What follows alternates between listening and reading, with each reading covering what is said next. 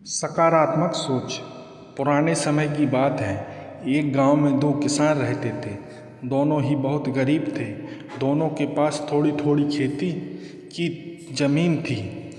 दोनों उसमें ही मेहनत से खेती करके अपना और अपने परिवार का भरण पोषण करते थे।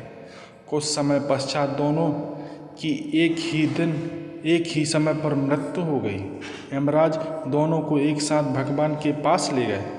भगवान ने उन्हें देखा और उनसे पूछा, अब तुम्हें क्या चाहिए? तुम्हारे इस जीवन में क्या कमी थी? तुम्हें क्या बनाकर मैं पुनः संसार में भेजूं? भगवान की बात सुनकर उनमें से एक किसान बड़े गुस्से से बोला, हे भगवान, आपने इस जन्म में मुझे बहुत घटिया जिंदगी दी थी। आपने कुछ भी नहीं दिया था मुझे।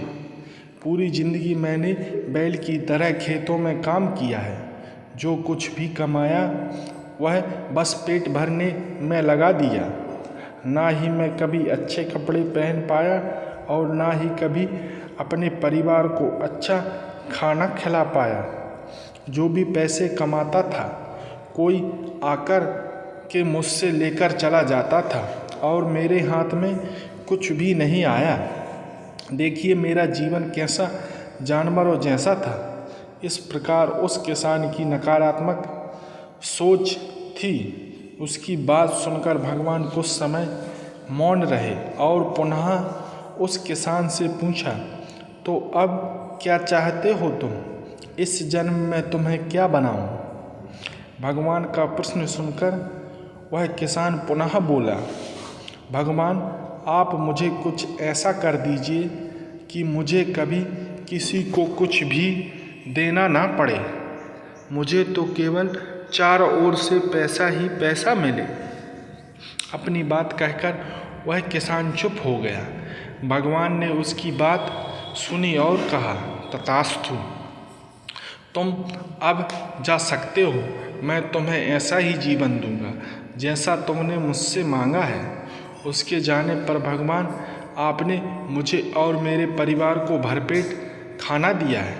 मैं और मेरा परिवार कभी भूखे पेट नहीं सोए। बस एक ही कमी थी मेरे जीवन में, जिसका मुझे अपनी पूरी जिंदगी खेद रहा और आज भी है। मेरे दरवाजे पर कभी कुछ भूखे और प्यासे लोग आते थे भोजन मांगने के लिए, परंतु कभी कभी मैं भोजन न होने के कारण उन्हें खाना नहीं दे पाता था और वे मेरे द्वार से भूखे ही लौट जाते थे। ऐसा कहकर वह चुप हो गया।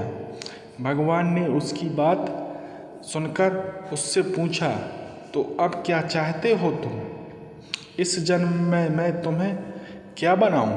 किसान भगवान से हाथ जोड़ते हुए विनती कि हे प्रभु, आप कुछ ऐसा करें कि मेरे द्वार से कभी कोई भूखा प्यासा ना लौटे। भगवान ने कहा, तथास्तु, तुम जाओ, तुम्हारे द्वार में कभी कोई भूखा प्यासा नहीं लौटेगा। अब दोनों का पुनः उसी गांव में एक साथ जन्म हुआ। दोनों बड़े हुए। पहला व्यक्ति जिसने भगवान से कहा था कि उसे चारों तरफ से केवल धन धन मिले और उसे कभी किसी को कुछ देना ना पड़े, वह व्यक्ति उस गांव का सबसे बड़ा भिखारी बना। अब उसे किसी को कुछ देना नहीं पड़ता था और जो कोई भी आता उसकी झोली में पैसे डालकर ही जाता था। और दूसरा व्यक्ति जिसने भगवान से कहा था कि उसे कुछ नहीं चाहिए, केवल इतना हो जाए कि उसके द्वार से कोई कभी भूखा प्यासा ना जाए, वह उस गांव का सबसे अमीर व्यक्ति बन गया।